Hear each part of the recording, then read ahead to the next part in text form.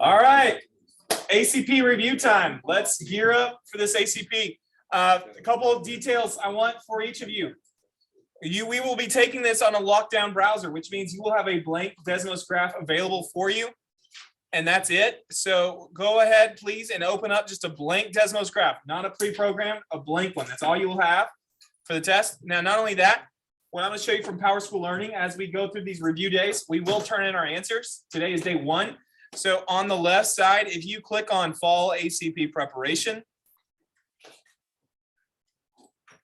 the benchmark, hopefully you're one of the ones who took this before Thanksgiving break.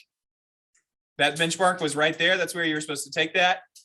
Here's a formula chart for you. So if you're at home wanting to look over, I will show you the formula chart throughout today as we go. That is there, formula chart. We're on day 1. Okay, so at the end of class, you can submit your DOLs right there. But this is what we're going to go over today. We're doing day 1. And so beginning here with this review question, it says this: Blake is purchasing a new car for $32,000. If the value of the car decreases at a rate of 9% per year, approximately how many years will it take for the value of the car to reach $15,000? Now, as we unfold the time here, I'm going to say, you'll hear me say in class that there are 5 techniques that you can use to solve pretty much every question on this test. Though it's testing more than 5 things, 5 techniques can solve them. This is one that I put under the category of a formula chart problem. On the formula chart, so I'm going to go to your formula chart. You should have one on your desk. Pick up your formula chart. On one side of the formula chart, there's an area that says sequences and series. There are 3 formulas in there you might use: the nth term arithmetic, nth term of geometric, and binomial. On the other side, and this is what I want you to focus on the other side, it says exponential. This is an exponential problem. On exponential, you might use compound, you might use continuous compound. The formulas are different. Continuous deals with something that's happening continuously. It's happening all the time, every second of every day. Compound is something that's compounded a certain number of times per year. That's what the N represents, number of times per year. So with that background, let's look at the problem and see which of those 2 exponential formulas should we use. The one that looks like a PERT or the other one with N in it. So you're looking for the word either exponential, continuous, or the word per. What do you see? Per. And it says per year. That's telling you, when it says per year, that something happens 1 time per year. That's the letter N. We are going to use the formula that has an N, which is the formula on the left. So copy this down in your packet. A equals P times 1 plus R over N raised to the power of N T. Now here's the deal, just to simplify this. If N is 1, when you divide by 1, if N is 1 and you divide by 1, will that change the problem? So actually on this problem, if your N is 1, you actually don't have to type in the N at all. Either N, doesn't matter if you multiply or divide by 1, it will not change it. So I'm going to do that. Now how we're going to solve this from the formula chart is we're going to plug in our numbers and let Desmos do the math for us. So on this problem, it says Blake is purchasing a new car for $32,000. There's a value, $32,000. Is that the A, final amount, the P, the starting amount? Is that the R, the rate, or T, the number of years? You know, we're saying P. What does P represent again? Starting amount. P is 32,000. So in our formula, that will be 32,000. We'll write this underneath it, 32,000.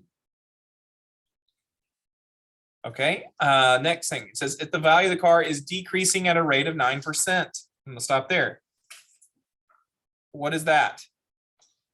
From the formula, is it the A, the R, or the T? The R. The R. Now there's a key word in there before it even says rate of 9%. What's the key word that we need to include? Decreases. What does that mean about the rate if it's decreasing? It's negative. So our rate is actually negative 9%. For the calculator, you can't type it in with a percent symbol. You divide it by 100. What was your question? I don't know if they're going to let us use Inspire calculators or not.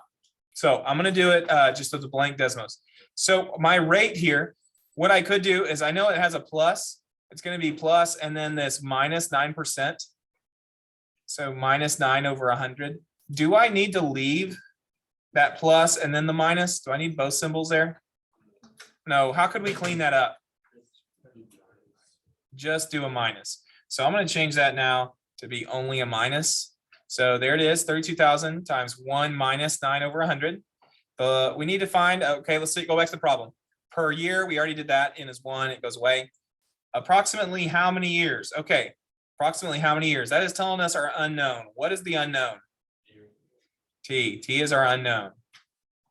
Years. So T is the unknown, which for Desmos, I'm going to solve with an X. So since that's the unknown, I'm going to change the T to an X. Will it take for the value of the car to reach 15,000? What is that 15,000? What must it represent? That's the final, which is what letter? A. Put 15,000 here. Now, if you want to do algebra, you can. Remember, just do the opposite of what you see to isolate the X. But I'm going to use Desmos. So to walk you through, go to your Desmos, get a blank one up. I'm going to pause this until you tell me you're ready. All right, what you're going to do for Desmos, we are going to end solve. And so here's how you do so with Desmos from a blank graph. Type in the equation as it was given, 15,000. I'm going to make it bigger so you can see it. 15,000 equals 32,000. 1, and we said it's not going to be a minus because it's a decreasing rate. 1 minus 9 over 100 to the power of X. And again, I did hear Daryl, I think, say that's the same thing as 0.09. You could do it 0.09 if you wanted. I just did 9 divided by 100. Okay. When you type it in, just the equation like that, Desmos will solve it, and it puts a vertical line at what the X value is for the answer. And so you could approximate the answer, which this says approximate, by looking at the axis here. I'm going to now shrink this back so you can see. Approximately, if this is 5 and this is 10, that's 5, 6, 7, 8, 9, 10. Would y'all agree that their answer is approximately 8? Mm-hmm. We're trying to solve for X. It's crossing the X-axis at approximately 8. Would y'all agree with that? Yeah. Okay, so I'm going to go ahead and put this down. Recording in progress. Approximately 8 years. Okay, approximately 8 years. Now, if we need to know the exact number, here's how you get the exact answer. This value is unclickable. Like I'm clicking the graph and nothing is happening. But I've shown you throughout the year, if you want to make it clickable, what you do is type in y equals and then copy the left side of the equation. So I want to copy that control. I'm holding down control, pressing C. Now I'll hold down control, press V. It pastes. You'll type y equals the left side and y equals the right side. So what I'm showing you now is if you had to know the exact answer, you would graph those two lines. And now I want to see where the green and the purple all intersect. That's what I'm looking for now. So green, purple, blue, where those all intersect. So I can't see the green and the purple, so I'll zoom out. I keep zooming out. No, there's the purple graph. Keep zooming out till I can see the green graph. There it is. All these graphs intersect right there at that point. So you can't really see the blue now. I could turn off the purple. You see the blue is there. That's the intersection. So the exact answer would be 8.034. Or I should say rounded to the nearest thousandth. It's 8.034. So if you want to make your answer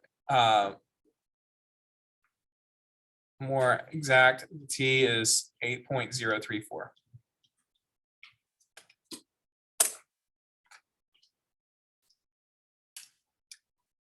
Well, let's go to the packet. So if you took your benchmark, the next 50 questions with some DOLs mixed in, the next 50 are all problems you saw on the benchmark.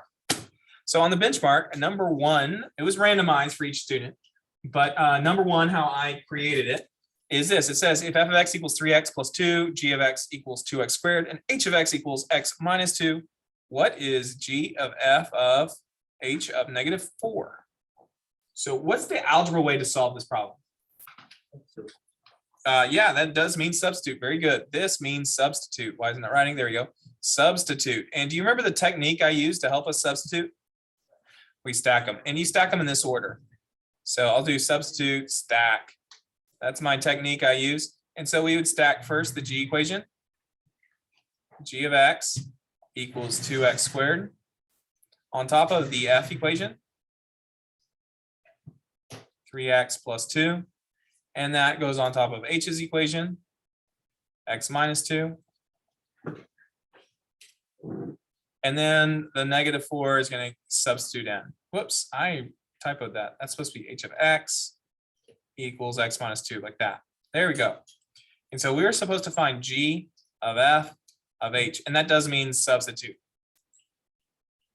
So to substitute, we substitute which direction? Top to bottom or bottom to top? Bottom to the top. So I'm going to take my -4. Whenever you substitute, always substitute in parentheses. Just make sure your math is accurate. So we'll substitute right there. So we'll have -4 minus 2 more. -4 minus 2 is -6. Very good. -6. So what we just discovered is that h of -4 equals -6. This portion right here is -6. That's what we just found out. Now, what do I do with this -6? That's right. You take this -6 and we substitute that in here for this x right there. So it'll be 3 times -6 plus 2. So a little mental math. 3 times -6 is -18. We add 2,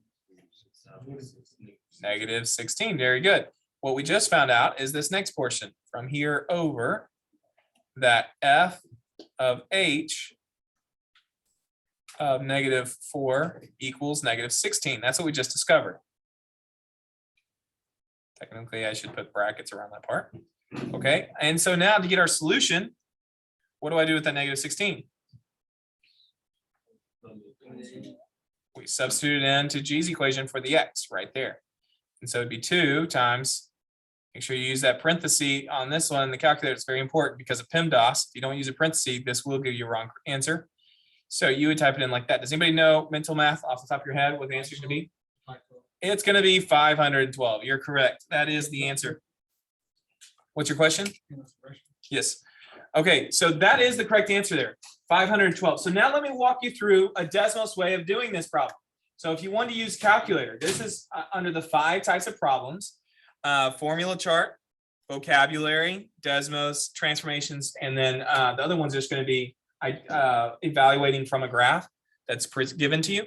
This one falls under what I would call a Desmos problem. So how could I do this with Desmos? Well, you're going to stack the equations in just the same. So what I'm going to do here, because on School City, whenever you click a new problem, it's going to clear your graph. So the first thing I'm going to do here is clear everything off, and I'm going to hit the little home button on the next to the zoom in and out. I'm going to hit that so it takes me back home. From here, what I'm going to do is type in my 3 equations in the order we stack them. So g of x equals 2x squared. And honestly, the order doesn't matter for Desmos here, stacking, but I'm still just going to do it in order just to make out of habit, to make it look the same. So I'm stacking my 3 original equations. I've stacked those. I'm going to pause the video until you do so yourself. All right, resuming now. So how do I get my answer? Looking over here, Desmos does not use the brackets the way we do. It has the brackets reserved for matrices, so they don't use the brackets the same way. So here's how we would use Desmos to solve this, is we use different symbols. In Desmos, you could get this by whenever you see this g of f of h, what way you're going to type this in is you'll ignore the brackets, and anywhere you have the of, meaning the O, you'll use a left parenthesis. So what I'm going to type in is G, left parentheses, F, left parentheses, H. Again, you ignore the brackets, parentheses, -4. If you type that in, Desmos will automatically close these 3 parentheses. There's 3 parentheses. I want to do them dotted because that's how they'll automatically close them. So there's going to be 3 parentheses right there. That's kind of confusing. That are automatically going to close. Let me just do normal parentheses here. 1, 2, 3. Okay, so I'm going to type that in now. G, left parentheses, H, F, parentheses, H, left parentheses, -4. I'm getting 512. Did you get 512? Mhm.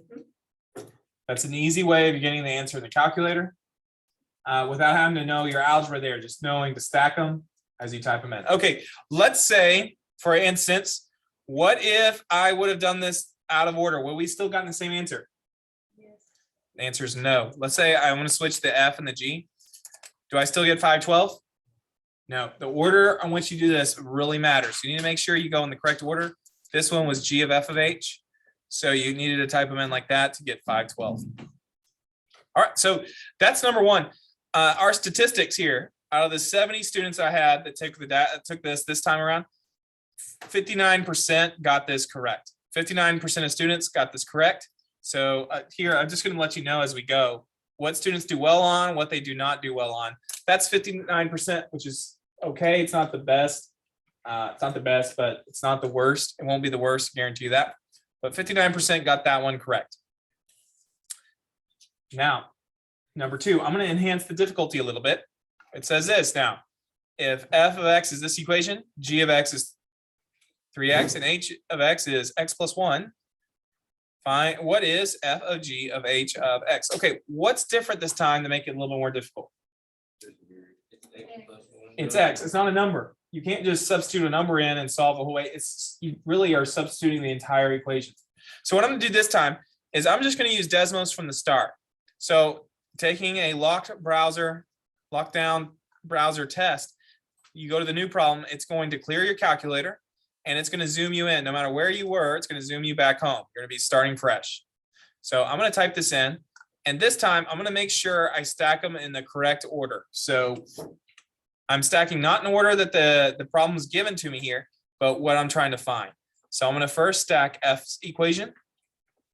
F of x is x squared plus 2x minus 1. And that will stack on top of G's equation, which is 3x. And then that will finally go over H's equation, which is x plus 1.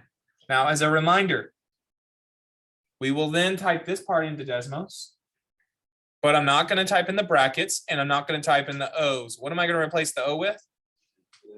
Left parentheses. So I'm actually going to then type in F, left parentheses G, left parentheses H, left parentheses X.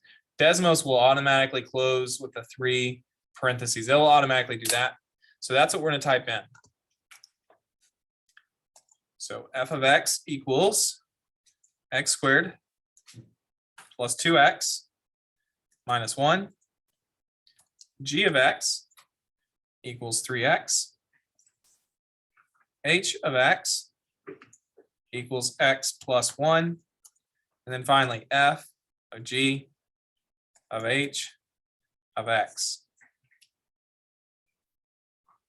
Again, I'm going to pause and give you time to type in them yourselves. Okay, now looking at this, what I'm going to do is I'm going to try to match graphs. I'm going to graph the 4 options and see which one overlaps my answer. Now, look at the way mine is. This f of g of h is in blue. I'm going to turn off the other graphs because I don't really care about those. I'm not going to X them out. It will take away my answer. If I X that out, it'll take away the answer. So I don't want to do that. I just want to turn them off by clicking the circle on the left side. So turn off so you're only seeing the graph of f of g of h of x. You want to make sure you're only seeing that. And then we just type in our answer choices. So you can start typing in your answer choices. Here, 9x squared plus 6x plus 2. And determine, is that a correct answer or incorrect answer? I'm hearing incorrect. Why do you think it's incorrect? Because it's not identical. If it was mathematically equivalent, it would show the same picture.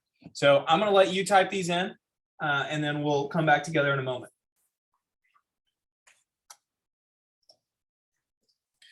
All right, so I have typed in all 4 answers, and the way you would identify which one's correct is you would just see which one overlaps. So there was my A. We said this one was incorrect. Here's B. Correct, incorrect? Incorrect. It's up here in purple. C. That one's definitely to the right. And then D. And again, you can tell that one's perfect because they're mathematically equivalent. They're one on top of the other. So that's how you could do a problem like that. So now, any questions over that? Answer on D.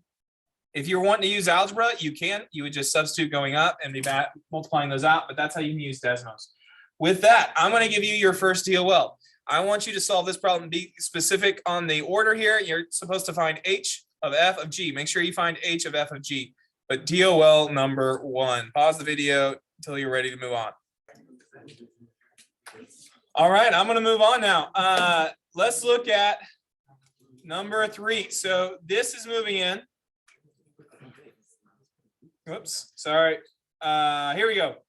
Number 3 addresses a new teak. So number 1 and 2, Jaden Jordan. Number 1 and 2, we're doing composition of functions. We're moving into a new teak.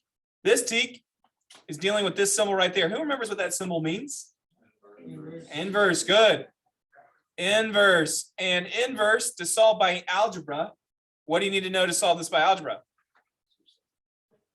Switch X and Y. Well, this, as far as I told you, to solve all these problems on the for the ACP, there's 5 techniques. So now this is no longer me using Texas terminology of teaks. This is now switching to Mr. Voorhees cheats and tricks or whatever to help you do well on the test.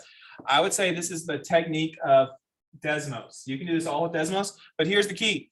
When you type it in the calculator, you need to switch the X and Y. So which brings us to this. If the equation says f of x equals 8x cubed, I don't even see a y. What represents y in the problem? F does. So what I'm going to do is say, here's the original function, y equals 8x cubed. What I'm going to type in the calculator is not that. I'm going to type in the inverse. What's the inverse? The inverse will be, so I'm going to type in the inverse, which the inverse means switch your x and y. I'm going to type in x equals 8y cubed. That's what I'm going to type in. Oh, sorry. We're on a lockdown browser, so new problem. I should have everything cleared. And not only should everything be cleared, it should be zoomed back to normal. So I'll press the home button. And I'm going to type in x equals 8y cubed. X equals 8y cubed. Desmos will do the rest. That right there is what the inverse looks like. So in our problem, which one's the correct answer? F. And again, you could do algebra on all these problems, but I keep it simple. So I'm not saying, hey, there's 15 different things you need to learn how to do before this test. I'm just in simple mode. And if you can do these 5 things, you'll be fine. So that would be what I would call a Desmos problem. You just need to know to switch your X and Y. Okay, so what I'm going to try to do on each teak is increase the difficulty a little bit. So there was first I would call the easiest. Now here's one a little bit harder. If the domain of this graph is restricted to this, which graph represents, and what's this symbol mean again? Inverse. This symbol means inverse. So again, we're switching X and Y. Now this problem has something extra to it. What's extra? It says with the word restriction. Now I want you to think of YouTube. If you heard on YouTube a video is restricted, what does that mean to you? What is it you think that means? I hear off limits. You might not be able to watch it. If it's restricted for only adults. So whenever I upload my YouTubes, it always asks me the ages that it's appropriate for. If I click only adults, if you have your own Dallas ISD account, you won't be able to watch it. It would be restricted. You would not be able to. Someone else might be able to, but you wouldn't. What it does is it takes away a portion of the people. Okay? It discriminates, if you will. All right. That's what this is going to do here. Restricting is it's going to cut away part of the graph. It's going to discriminate against a certain part of the graph. Does that make sense? So let me show you what I wish we could do to get the answer. What I wish is that it would be just the same, where we'd say, okay, the original function is y equals 2x squared minus 1. So what would we type in the calculator then? X equals 2y squared minus 1. I wish it was just that simple. New problem, new graph. Let me clear that. X equals 2y squared minus 1. Check your graphs. Do any of them match what I have on the right? Do any of the answer choices from the left match what's on the right? Yes. D does? This matches? Well, I would say none of them have a full parabola. You see how my Desmos is a full parabola? Do any of them on the left have a full parabola? No. So I don't have a direct match. Now I'm hearing D, but I'm going to tell you right now, D is not even correct. So even if you say, well, D looks really close, the top half, well, that's still not the right answer. So now let me walk you through this restriction. We have to cut away part of the graph. We have to discriminate against part of the graph, if you will. Okay. How do you do that on Desmos? You don't use these symbols. You use the squiggly bracket. What squiggly bracket am I talking about? On Desmos, you can go to ABC, and it's this squiggly down at the bottom. For those in class with the calculator or keyboard, it's to the right of the P. Press Shift, and then the key that's just to the right of the letter P, and it should do that little squiggly there. This restricts a graph. Okay, so you use this to discriminate against a portion of the graph. Now, I'm going to come back to this problem. It originally says the domain is restricted. The domain is restricted. Now, what letter does domain deal with? X values. Okay, but we're finding the inverse. So we're not actually going to discriminate against X's. We're going to discriminate against the Y's. Here's how we're going to do this on Desmos. Is we're going to add, I'm going to use these same symbols, the square root of 2 over 2. But what you have to do on Desmos is you don't use brackets and parentheses. You're going to use less than or equal to. The bracket means it's not just less than, but less than or equal to Y, because we're switching from X to Y. And then for infinity, what number did I say to represent infinity? 1000. Notice I'm only doing a less than this time because that was a parenthesis. Parenthesis means it's not equal to. So you do it like this and you'll close your bracket. This is going to go on the same line as the equation. So right here, I'm going to type this in and it will restrict the graph. So I'm going to go square root. So on Desmos keyboard, there's a square root, or you can press SQ for square, RT for root, SQRT. We'll do that symbol as well. Square root of 2 divided by 2.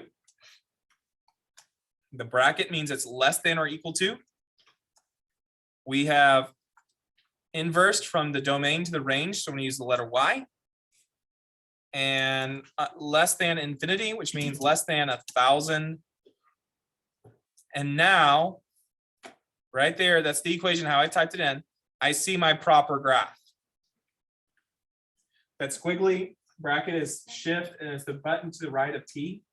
Or you can go to Desmos keyboard and then press the ABC button at the bottom left, and it's there as well if you're on your cell phone.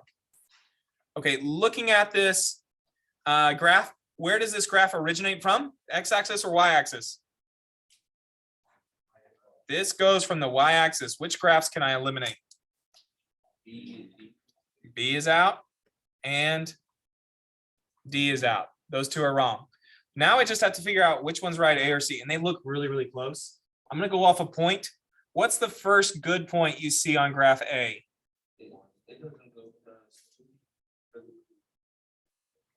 Okay, well, the problem is on Desmos, depending on how you're zoomed, could look different or right or wrong. But what's a point that this goes through? I'm thinking right there is a good point. What's the X value? X value is 3. What's the Y value? Come on now. Why am I just the only one? What's the X value there? 3. What's the Y value? 1. That goes through 3, 1. What about over here? What's a good point this graph goes through? Is that a good point? 1, 1. That goes through 1, 1. Okay. So on this graph, you could look and see real quick, or you could just type them in if you're not sure. 3, 1, or 1, 1. Which point actually does the green graph go through? The black. It goes through 1, 1. It does not go through 3, 1. It goes through 1, 1. So what's the correct answer here? C is the correct answer. All right, so I added a lot there. This problem, what was the added difficulty from the previous problem? The restriction. What button in Desmos do you use, or what key do you use? Symbol, I should say. What symbol do we use in Desmos for a restriction? Squiggly bracket. You can find that to the right of P. Why did I change? This said domain. Why did I use the letter Y? Domain is X. Why? Because it's an inverse. So we switched it to a Y. Okay, I'm going to do one more now for you. This time, so clear this problem. Number 5 here. It says if f of x equals this equation here, what does this mean again? Inverse. And what's our technique for inverse? Switch x and y. So I want to show you again what might happen. If this is y, what you're going to type in the calculator is the inverse. Let me change this so you can see a little better.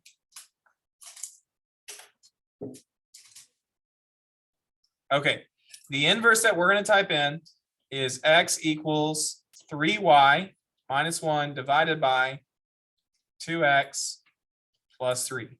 That's what we're going to type in there. I've switched my x's and y's. So let's go type this in. Yes, thank you. Do you see my error? What's my error?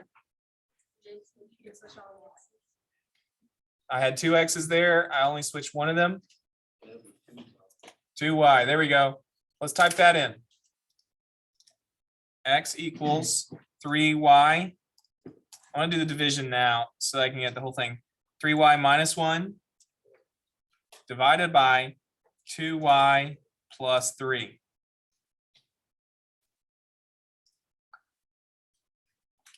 There's your picture. This problem, for some reason, I did not copy down the multiple choice options. Not good. But I am going to eliminate some of the answer choices. Let me pause this. I'll just copy them right now. Okay, so here's your answer choices. Now I want to show this time what we've done differently is on the answer choices, I've included a restriction. These over here are restrictions. It's telling you where the domain cannot exist. So here it's saying that the graph will not exist. That's a restriction. All of these are restrictions on all the problems. There. That's what all this portion is, as you look around. So let's look at this graph. Where does this graph not seem to exist? Does it not seem to exist at the -3/2 or the +3/2? +3/2. And if I typed it in, you would see 3/2. I can't do does not equal. I can do equals though. You can see, does that split it perfectly? Yeah. So this answer is going to be the one with the 3/2 because the +3/2 because that's where this graph has a break. So what I can do right away is I can eliminate, say, oh, x equals negative, or does not equal -3/2 is wrong. The graph does exist there. It doesn't. There's not a break at -3/2, but there is at +3/2. So those two are out. So now it just becomes which of these two is correct. So let's graph these two and see which one happens to be the right answer. Yeah, I'm here in B. So let's see, -3x minus 1. I'm not going to type in the semicolon, the rest of it. I'm just going to do this part. 2x minus 3. There's B. I agree. B looks good. Here's C. 3x minus 1 over 2x plus 3, I think is what it says. Let me slide it over. Yeah, there it is. This is the purple graph lined up right? No, but is the green right? You bet. It's like Christmas, green and red. There it is. So that one, it is B. B would be the correct answer here. All right, so I just went through your next TEAK that you'll be tested on is inverses. There it is. Yeah, I've shown you 3 different problems. I've shown you how to restrict within it as well. Now it's time for your DOL. Something that's thrown off the way I wrote, it says find the inverse, and I wrote the inverse equals and all these. Don't type this part into the calculator, f-1x. Don't do that, but solve the rest as we have been solving. So I'm going to eliminate that. Should take that off since I said find the inverse. I want you to check and see which one of these answers is correct for this problem. DOL number 2. All right, let's take a look now at number 6 here. Number 6 is the TEAK. So again, TEAK is what the state says a student should be able to do. The TEAK 2F up here, pre-calculus 2F, says the student will be able to graph functions, including, among other things, rational functions. So all you have to be able to do on this one is graph it to get the right answer. So this is as basic as it could come. So I'm going to get this like a Desmos or like your actual test. New graph. That's where you're going to start each problem. Each problem will have a new graph, zoom, normal. And so we would just type this in. F of x equals division. I'll do division first, so make sure everything gets divided right. X to the fourth power plus 5x minus 2. All that's in the numerator. And the denominator, I have 3x squared minus 12. And on the outside, I have a plus 2. So now I have my graph in, and you just match graphs. So the first thing, looking at this, I don't know how to describe this, but I'm going to talk about these two as if this thing on the left and the right, far upper left and the upper right, are like ears. Which ear is hanging down lower, the left ear or the right ear? The left. Now maybe I should call them parabolas. The left, it hangs down lower. So what can I eliminate?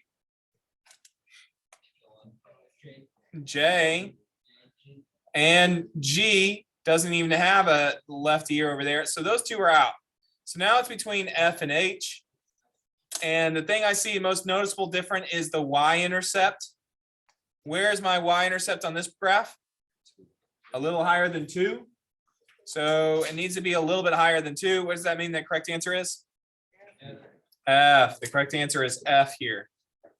So this hits too low at the origin. Oh no. Because it says A, B, C, and D here. Oh, yeah.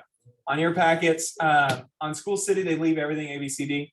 And so I just did not update this, but yeah, I should have said A, B, C, D. Sorry.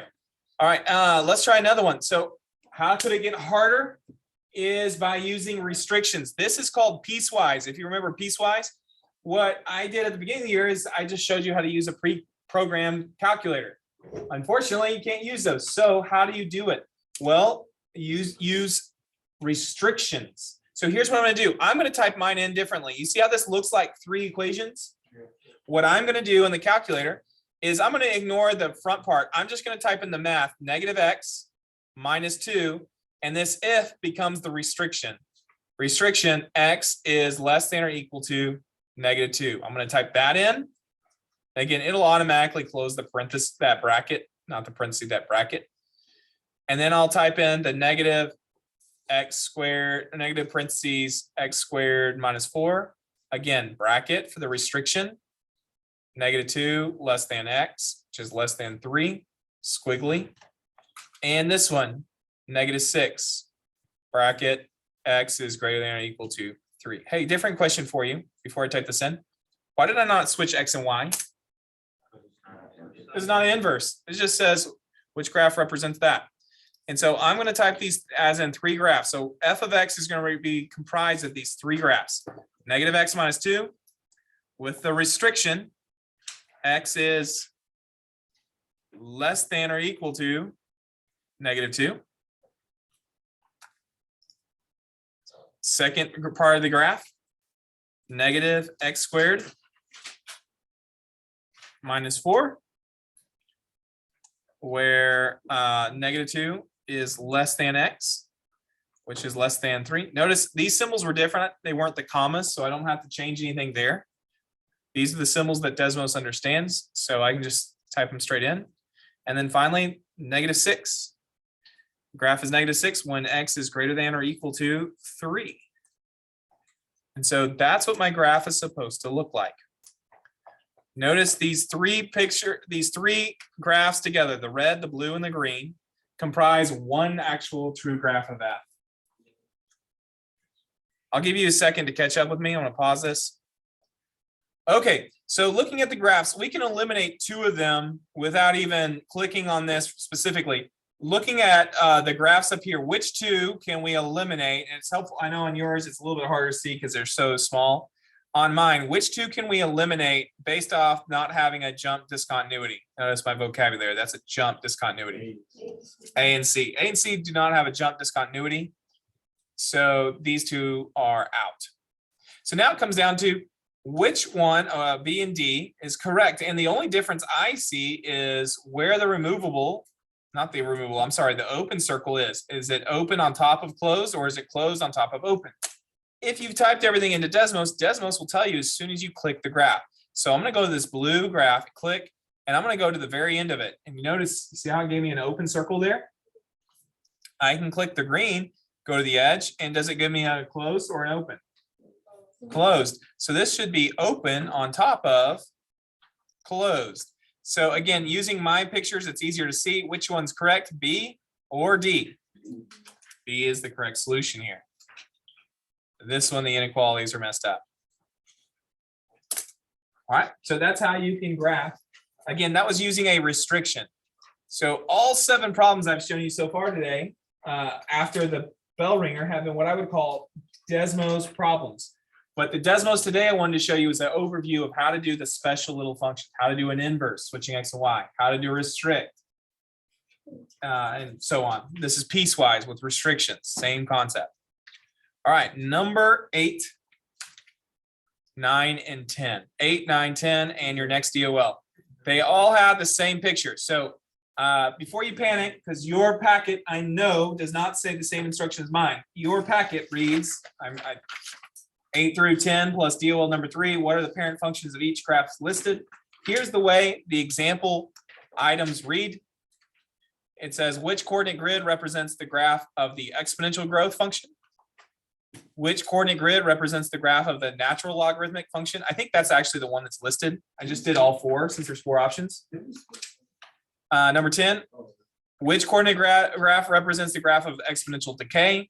And then finally, which coordinate grid represents the graph of the square root? So the 4 options are here in order: exponential growth, natural log, exponential k, square root. Yeah, on your packet, it just says 8 through 10 plus DOL number 3. We're just going to name each graph. I'm using the same little line. I just did this to conserve space. The same line for all 4 problems, if that makes sense. So let's start with this. Is this one, what it says, which one's exponential growth? Which one shows you exponential growth? A is correct. This graph is exponential growth.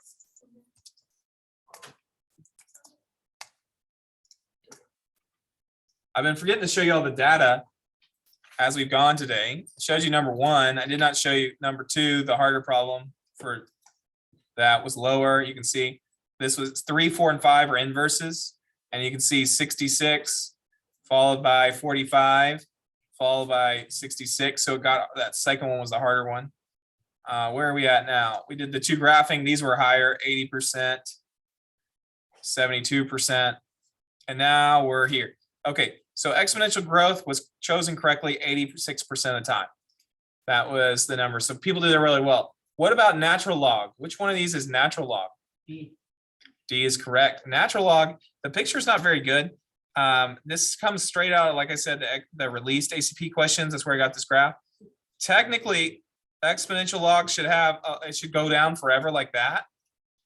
But this would be exponential log right there. What am I saying? Exponential log, not exponential log. I'm sorry. Natural log is what it should say. Natural log here. And I can prove this to you. I should have done this a second ago on Desmos. Exponential growth. Exponential is the letter E. If you remember that, exponential means the letter E. And if it says exponential function, let me go back a problem. If it says exponential growth function, that means you need to include an X. So exponential means put the X in the exponent, e to the X. Notice that's growth. All right. This one is natural log. Do y'all remember what symbols is natural log? It's not log. That's common log. What's a natural log? ln. And it says natural log function, which means include an X. So I put an X there. There's the graph. So notice it is D. Let's see here.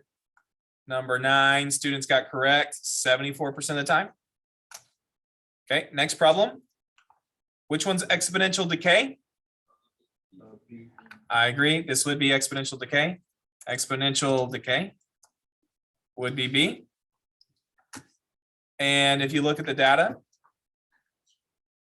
exponential decay, students got right 76% of the time. And then finally, your DOL, which one is the square root? And if you're not sure, what could you always do? That's a square root, but it says square root function. So what do you do to get a function? X. All right, so we've now seen exponential growth, exponential decay, square root, and a natural log. Those are the 4 words. By the way, this is a new technique type of problem. Remember how, according to Mr. Voorhees, I'd say there's like 5 techniques you need to have mastered if you want to get 100. This would be one that falls under what I call vocabulary. If you know your vocabulary, this is just a vocabulary problem. It doesn't take any math work, just get some basic knowledge, okay? So that's what I would call this type of problem, vocabulary problem. So we've seen Desmos, we've seen formula chart, and you've now seen a vocabulary problem. Let's move on. We're going to finish today with transformations. Transformations. So it says here, I kind of went out of order. Can I go to 12 first? I'm going to do easier than harder. So I'm going to skip to 12 for a second. Number 12 says, the graph of function h of x is shown. Draw a graph to represent g of x, which equals h of x minus 5 minus 6. Do y'all remember what transformation? There's 2 rules. X is lie is this usually the way I write the second rule. Remember the first one? Hi. Oh, what did that stand for? Horizontal's inside? That's right. Horizontal's inside. Horizontal inside. Vertical is outside. Okay, that was rule 1. The second rule, I sometimes say inside lies, outside tells the truth. Other times we'd say X's lie, Y's tell the truth. Your X's, why do you break up with them? Because they're always lying to you. Why do you marry your wives? Because they tell you the truth. I say it that way all the time as well. So inside lies, outside tells truth. I have a question. If it's a restroom, you can go. Or you could say X's lie, Y's tell the truth. Okay, with that, clarify for me this minus 5. Would you say that's inside or outside? I agree, inside. If it's inside, it is horizontal, meaning it's an X value.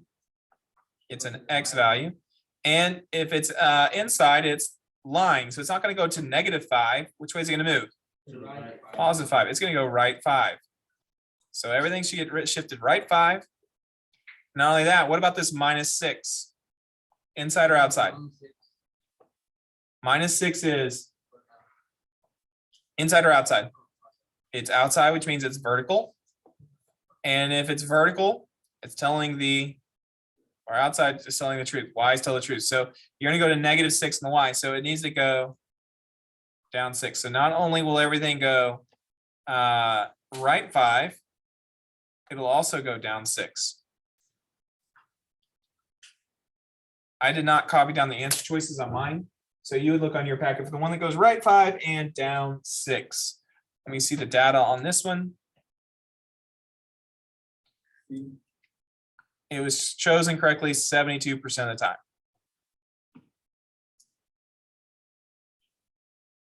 There it is. Yep. Right 5, down 6. Yep. Okay. So now I'm going to, now that I've done the easier problem, let me go do the harder problem. Number 11 is the harder transformations problem. So it says the graph of f of x equals 1/2 to the power of x is transformed giving the steps in order shown. And there's 4 different steps here. Write an equation and sketch a graph to represent f of x following the 4 transformations. So here's what I'm going to do. I'm going to show you a little way of using Desmos here. I'm going to first type in this equation as given. So go to your Desmos, your blank Desmos. This is a new problem. Go blank. Type this in. F of x equals 1/2 to the power of x. You go ahead and do that. So how can you do transformations? Because I did have a graph for this. Here's what you can do. What I'm now going to do is after typing in this equation, the calculator now knows what f of x is. I'm going to go underneath and write f of x again. Just write f of x just like that. What should happen is it should make a graph that's identical to the first one. What we're going to do is apply our 2 rules to this f of x right here to get our transformed graph. Now remember, A couple things I did not write down. I did write down the HIVO and inside lies, outside tells the truth. I did write down that earlier. Well, what I did not write down is how your transformations work. So that's the rules. I want to remind you of this. If on transformations, if you add or subtract, what happens to the graph? Does it stretch, shrink? Does it shift, or does it reflect if you add or subtract? Translates or shifts. Translate or shift. Translation or shift. Okay, great. What if you multiplied or divided? That's a stretch or a shrink. Without the lie, that's true. What if you have just a negative on its own? That is a reflection. So that's how you get your transformations. Okay, so now with that, it says reflect across the y-axis. So to reflect across the y-axis, guess what I'm going to need to use? Adding, subtracting, multiplying, dividing, or a negative? A negative. So here's one thing you could do. If you're just not sure, just play around. I'm going to put a negative in the front. Let's just say I think the negative goes on the outside. If I just guess that, hey, y-axis means vertical, I'll put the negative on the front. You might remember this, but with reflections, it's always backwards because a vertical reflection doesn't actually cross over the y-axis. A vertical reflection would cross over the x-axis. So I just did a vertical reflection here. That's on the outside. So it should be a vertical, but notice it crossed over the x-axis. So that's not where I need the negative to be to get the correct solution. Where should I put this negative? On the inside. So let's put it on the inside. And let's now check the graph. Does this blue part reflect across the y-axis or the x-axis now? This blue goes across the y-axis to become this green. So now that's where the negative needs to be. So I'm good so far. And we're trying to find the correct graph. That's what we're trying to do. We have multiple choice, we're trying to find the correct graph. Now we realize that's step one. Okay, step two, I need to make this go to the left. So how do I make something go to the left? Inside or outside if it's left? We can say inside because it's horizontal. Will it lie or tell the truth? Lie. So left one normally means -1. We think it has to be +1. But there's a problem. When you look at my picture, what happened when I did that? Here it goes again, +1. Which way did it go?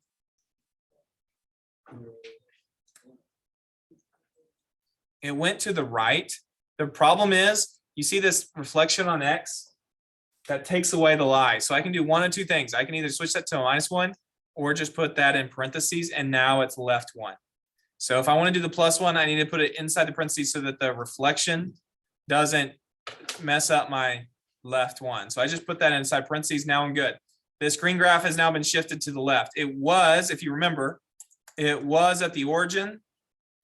Now that point, it goes left 1, it hits right there. So +1, there it is. It's now going through at 1. Okay, what's the next thing we need to do? Vertically stretch. Okay, vertically, how do you do vertical? Inside or outside? Outside. Vertical is outside. Is it lie or tell the truth? True. So if I'm stretching, is that a multiplication or division? Multiply. I am multiplying the outside by 3. Multiply the outside by 3. That stretches the graph. And now last thing, translate 2 units down. To go down, is that inside or outside? Outside, vertical. Does it tell the truth or lie? Truth. So down means translation. Am I adding or subtracting 2? If it's truth, do I add 2 or subtract 2 to make it go down? Subtract 2 on the outside. So the actual graph would look like this. What I have in green is what you'd be looking for on your answer choice. That's the graph you'd be looking for. So I'm not sure which one that is. Okay, so that's kind of you could look at the graphs and try to follow along, going from the starting graph of the blue and say, okay, if I reflect across the y-axis, which way would it be shifted? And then just kind of on your own, shift them left and down or whatever, and come up with your answer. You might be able to do it that way just fine. But that's a way of using your calculator, just one step at a time to make sure it's correct. All right, your DOL, and we'll call it a day for day 1. Here it is, DOL number 4. Given this function, I want you to describe the effects of each transformation. Here's the way it is.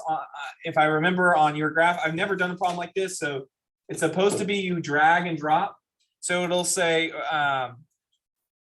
I think the way it's written on your problem is it'll say this graph has or does not have a reflection. So when you look at it, does this have or not have a reflection? And so you would have no reflection. Does not have a reflection. It would be the answer on that part. And so each one you just kind of go through. I'm not saying all of them will have some, but some might have more than one. So that 5, what is that 5 going to do? It's a stretch. So it needs to be in this column. I'm not going to tell you if it's vertical or horizontal. I'll let you do that. But that's how you're going to do this DOL, is you're going to fit each piece. There's 3 transformations here. There's 3 transformations. 1, 2, 3. You need to figure out where those go, and then you can submit that online. All right, that's a wrap for day 1.